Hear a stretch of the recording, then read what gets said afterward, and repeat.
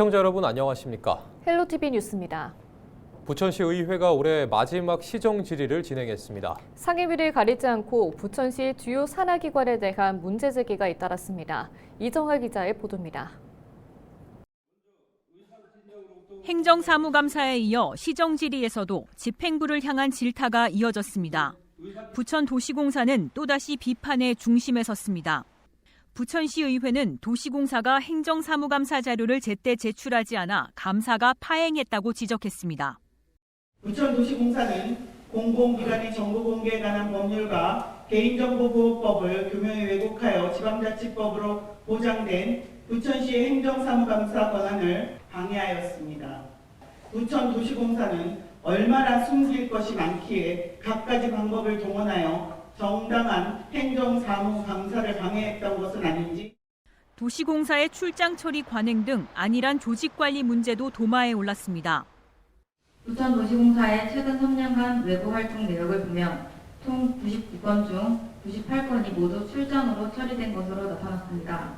직무 연관성 뚜렷하지 않는 활동까지 출장으로 처리된 사례가 있습니다. 내년 지방선거 출마설이 불거진 가운데 행정사무감사 직후 사퇴한 한병환 전 부천문화재단 대표이사 문제도 거론됐습니다. 부천시 산하기관의 대표이사 공백 사태가 또다시 반복되면서 재단 운영의 연속성이 흔들린다는 우려입니다. 부천문화재단 대표이사가 임기를 채우지 못하고 사직함에 따라 재단 운영의 연속성과 조직 안정성에 큰 차질이 발생하고 있습니다. 부천문화재단은 지난 2023년에도 대표이사가 별다른 예고 없이 중도에 사직한 바 있어 대표이사 공백이 반복적으로 발생하고 있습니다. 부천시 사회적 경제센터에 대한 감사 결과와 부적절한 업무 처리 문제도 거론됐습니다. 운영 전반의 문제로 인해 센터 기능을 부천산업진흥원 소관으로 개편해야 한다는 의견까지 나왔습니다. 2022년부터 24년까지 총 16개 컨설팅 중 사후 평가는 총 2회에 미쳤습니다. 사회적 경제센터에 여러 가지 문제점들을 비춰봤을 때 사회적 경제센터를 산업진흥원으로 넣자라고 이야기했는데 이번 시정 질문에 대한 부천시의 공식 답변은 오는 19일 열리는 제3차 본회의에서 나올 예정입니다. 헬로티비 뉴스 이정하입니다. 김포시는 내년도 예산안을 올해보다 6.2% 늘려 잡았습니다. 김포시 의회는 현재 막바지 예산안 심사를 진행하고 있는데요. 예산안 심사 과정에서 쟁점이 되고 있는 교통 분야를 백영선 기자가 취재했습니다. 김포시는 내년도 예산안 1조 7,730억 원을 편성해 의회에 제출했습니다. 김병수 시장은 지난 1일 시정연설에서 교통 분야를 제일 먼저 언급했습니다. 서울 5호선, GTX-T, 인천 2호선, 그리고 서울 2, 9호선 김포 연장까지 김포의 미래를 바꿀 광역교통망 구축 사업을 한치의 차질 없이 추진하겠습니다. 김포시는 김포 골드라인 혼잡도 완화를 위해 98억 원의 예산을 반영했습니다. 현재 출퇴근 시간 배차 간격 2분 30초를 2분 10초대까지 줄이겠다는 것입니다. 하지만 풍무역세권 등 신규 아파트 분양에 따른 우려의 목소리가 있다며 5호선 연장의 필요성이 예산안 심사 과정에 또 언급됐습니다. 5호선의 신속 예타가 이게 지금 발표가 지지부진하면서 이 골드라인의 걱정보다 더 심각해질 거라는 거죠. 이제 우리가 이게 5호선이 발표가 나지 않으면 풍무 역세권도 있고 또 이제 점차적으로 이제 김포는 인구가 증가하고 있는 추세에 이것을 어떻게 해야 되나 지금 KDI라든지 아니면 기재부라든지 지금 어떤 소통이라든지 정보를 좀 알고 있습니까? 이 경제성에 대한 예비 타당성이 끝난다 하더라도 저희가 심의를 받아야 될 부분이 또 한 부분이 이제 정체성에 대한 부분을 또 심의를 받아야 됩니다. 정량적인 것이 끝나고 나면 아마 시간을 기재부에서 저희한테 제시를 하게 됩니다. 그때 이제 저희가 다시 올라가서 정책성 부분에 대해서 어필을 좀 할 예정입니다. 일산대교 통행료 지원과 관련해서는 조례 보류에 이어 예산안 심사에서도 혼란이 계속됐습니다. 국비 확보가 무산되고 도비 확보도 불투명한 상태이기 때문입니다. 김포시는 출퇴근 시간 통행료 50% 지원을 위해 일당 9억 원의 예산을 편성했습니다. 시스템 구축이 한 6개월 남짓 걸릴 것으로 예상을 하고 있고 그렇게 되면 저희가 이제 1분기에 7억 5천 이 부분이 집행이 돼야 되는 시기가 뭐 빠르면 상반기 내 아니면 뭐 이런 부분을 좀 생각하고 있는데 김포시의회는 10일 예결위 심사를 거쳐 오는 15일 본회의를 열고 내년도 예산안을 확정할 예정입니다. 헬로티비 뉴스 백영성입니다.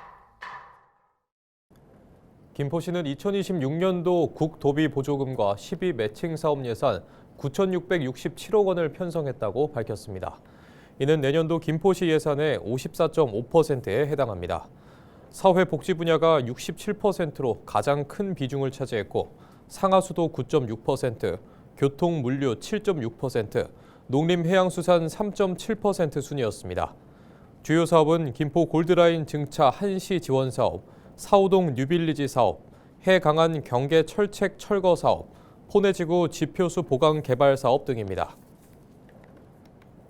부천시가 행정안전부로부터 부천시정연구원 설립 허가를 받았습니다. 이에 따라 부천시는 내년 상반기 개원을 목표로 법인 등기 등 행정 절차를 마무리하고 초대 원장과 인력 채용을 비롯해 시청 부지 내 연구원 청사를 마련할 계획입니다. 부천시정연구원은 부천시의 미래 비전 제시와 중장기 전략 수립, 지역 현안 해결을 위한 정책 연구를 수행하는 전문 기관이 될 전망입니다. 부천시정연구원 설립은 기존 인구 100만 이상 대도시에 한정됐던 지방자치단체 출연 연구원 설립 요건이 관련 법 개정으로 완화되면서 출범을 추진할 수 있게 됐습니다. 부천시는 부천시정연구원 설립과 운영에 관한 조례를 지난 9월 제정했습니다. 부천시 오정구에 위치한 제2시장에서 트럭 돌진 사고를 일으켜 22명의 사상자를 낸 60대 운전자가 구속 상태에서 재판에 넘겨졌습니다. 인천지검 부천지청 형사 1부는 9일 교통사고 처리특례법상 치사 혐의로 60대 운전자 A씨를 구속 기소했다고 밝혔습니다. 검찰은 다수 인명피해가 발생한 중대교통사고 사건으로 오는 10일 A씨의 구속기간이 만료되는 점을 고려해 사망 피해자 3명에 대한 혐의만 먼저 기소하기로 결정했습니다. 나머지 사상자 19명과 관련한 혐의에 대해서도 추후 경찰에서 송치되는 대로 조사해 차례로 기소할 방침입니다. 한국 GM 직영정비소 폐쇄와 구조조정에 반대하는 활동이 확산되고 있습니다. 이번엔 인천 지역 시민사회가 함께 나섰는데요. 인천 시민사회단체들은 공급망 노동자들의 생존권과 인천 자동차 산업의 지속 가능성을 우려하고 있습니다. 이관송 기자가 보도합니다. 지난달 한국 GM이 노조의 직영정비소 폐쇄 계획을 통보한 뒤 인천 노동계와 시민사회의 반대 활동이 들불처럼 일어나고 있습니다. 인천 시민사회단체들은 9일 노조와 한국GM 구조조정 저지 인천 대책위를 구성하고 사측에 직영정비소 폐쇄 철회를 요구했습니다. 몇몇 직영정비센터 노동자들만의 문제가 아닙니다. 한국GM 협력 서비스센터는 물론이고 공급망 노동자들 그리고 인천 지역 경제 전체에 심각한 영향을 미치는 위험 신호입니다. 대책위와 노조는 2018년 공적 자금을 투입한 산업은행과 한국GM 간 기본협약 기간이 2028년 5월 끝난다며 대책이 시급하다는 점을 강조하고 있습니다. 이 협약이 끝나는 순간 한국GM은 지난 2018년처럼 철수 협박, 정부 지원 요구, 일방 폐쇄 수순을 다시 반복할 가능성이 매우 높습니다. 인천 대책위는 인천 자동차 산업이 더 이상 지속되기 어려운 위기에 처한 것으로 보고 있습니다. 쉽지는 않겠지만 거대 글로벌 자본의 구조조정을 막고 공급망 노동자들의 생존권을 지켜낼 협상과 함께 인천에서의 지속가능한 자동차 산업의 전략을 만들어내야 합니다. 한국GM은 적자구조 개선과 효율화일 뿐 철수 계획 없이 협력센터를 통해 정비 서비스를 유지한다는 입장입니다. 직영정비소 직원들은 직무 전환과 인력 재배치로 고용을 이어간다는 계획입니다. 하지만 노조는 직영정비소 폐쇄로 하청과 부품사 노동자들의 실직이 증가하고 경쟁하는 다른 완성차 업체들까지 수익성 논리로 직영정비를 포기할 수 있다고 우려하고 있습니다. 실제로 지난달 한국GM이 직영정비소 폐쇄 계획을 통보한 뒤 GM 세종물류센터 하청사가 폐업을 결정해 직원 120여 명이 일자리를 잃었습니다. 인천 대책위는 지난 2001년 대우자동차 GM 매각 때 정리해고를 막기 위해 지역사회가 함께 나섰던 것처럼 한국GM의 구조조정을 저지하겠다는 입장입니다. 헬로우TV 뉴스 이관서입니다. 경기도의회 더불어민주당이 의회 파행 사태와 관련해 양호식 운영위원장의 사퇴를 강하게 요구했습니다. 민주당 장한별 총괄수석 부대표와 전자영 수석대변인, 유경현 대변인은 지난 8일 기자회견을 열고 양 위원장이 더 이상 책임을 회피하지 말고 즉각 물러나야 한다며 의회 신뢰를 회복하기 위한 최소한의 조치라고 밝혔습니다. 이들은 김동연 경기도지사의 공식 사과와 조혜진 비서실장의 사퇴를 언급하며 집행부가 책임을 인정한 만큼 사태의 원인을 제공한 운영위원장도 책임 있는 행동을 보여야 한다고 지적했습니다. 민주당은 이번 사태를 계기로 도의회 신뢰 회복에 최선을 다하겠다고 강조했습니다. 인천시가 오는 11일과 12일 예고된 전국철도 노동조합과 서울교통공사 파업에 대비해 비상수송대책 상황실을 가동합니다. 이번 파업으로 코레일이 운영하는 경인선과 수인선, 서울교통공사 7호선 구간의 열차 운행 차질이 예상되고 있는데요. 이에 따라 시는 우선 파업 전날인 10일부터 교통국 내에 24시간 운영되는 비상수송대책 상황실을 설치해 운영하기로 했습니다. 또 교통불편을 줄이기 위해 경인선과 수인선을 경유하는 광역버스와 시내버스 출퇴근 시간대에 추가 배차할 계획입니다. 특히 파업 장기화 또는 철도 혼잡이 클 경우 주안과 동암, 부평 등 주요 역을 중심으로 최대 165대의 시내버스 예비 차량을 탄력적으로 투입할 방침입니다. 인천 지하철 1, 2호선은 파업과 무관하게 평시와 동일하게 전노선 정상 운행합니다. 코레일 및 서울 지하철 7호선과의 환승 불편을 최소화하기 위해 막차 시간을 탄력적으로 조정하고 필요시 예비 열차 투입도 검토할 예정입니다. 이외에도 파업 장기화를 대비해 법인, 개인 택시 조합과 협력해 심야 시간대 연장 운행도 요청한 상태입니다. 경인전철 동인천역 주변 개발을 위해 송현 자유시장이 60년 만에 철거됩니다. 인천시는 동인천역 북광장에서 송현 자유시장 철거를 시작했다고 밝혔습니다. 송현 자유시장은 1965년 12월 30일 개장돼 일명 양키시장으로 불리며 운영돼 왔습니다. 지난 8월 진행된 정밀 안전점검에서 7개 동이 2등급인 불량을 3개 동이 D등급인 미흡 판정을 받아 재난위험시설로 분류됐습니다. 시는 이달부터 거주자 이주가 완료된 곳부터 철거에 들어갑니다. 사업비 45억 원을 들여 이주와 보상이 끝난 1,075제곱미터를 우선 철거하고 나머지 8,470제곱미터도 보상과 이주 등 수용 재개 절차가 마무리되는 내년 상반기에 철거하기로 했습니다. 철거가 완료되면 시는 송현 자유시장을 포함해 동인천역 북광장과 남광장 등 9만 994제곱미터를 오는 2029년까지 개발할 예정입니다.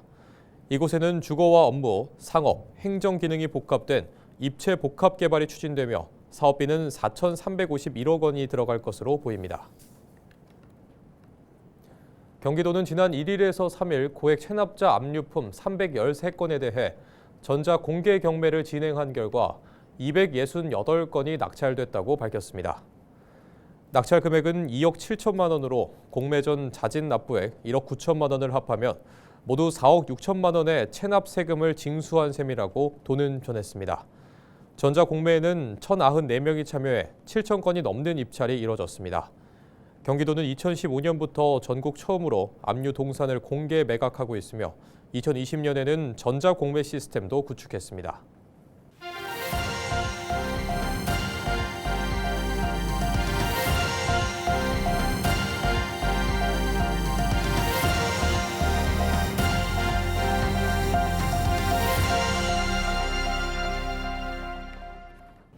서울시 교육청이 학령 인구 감소로 늘어나는 소규모 학교를 안정적으로 운영하기 위해 서울형 작은 학교를 확대합니다.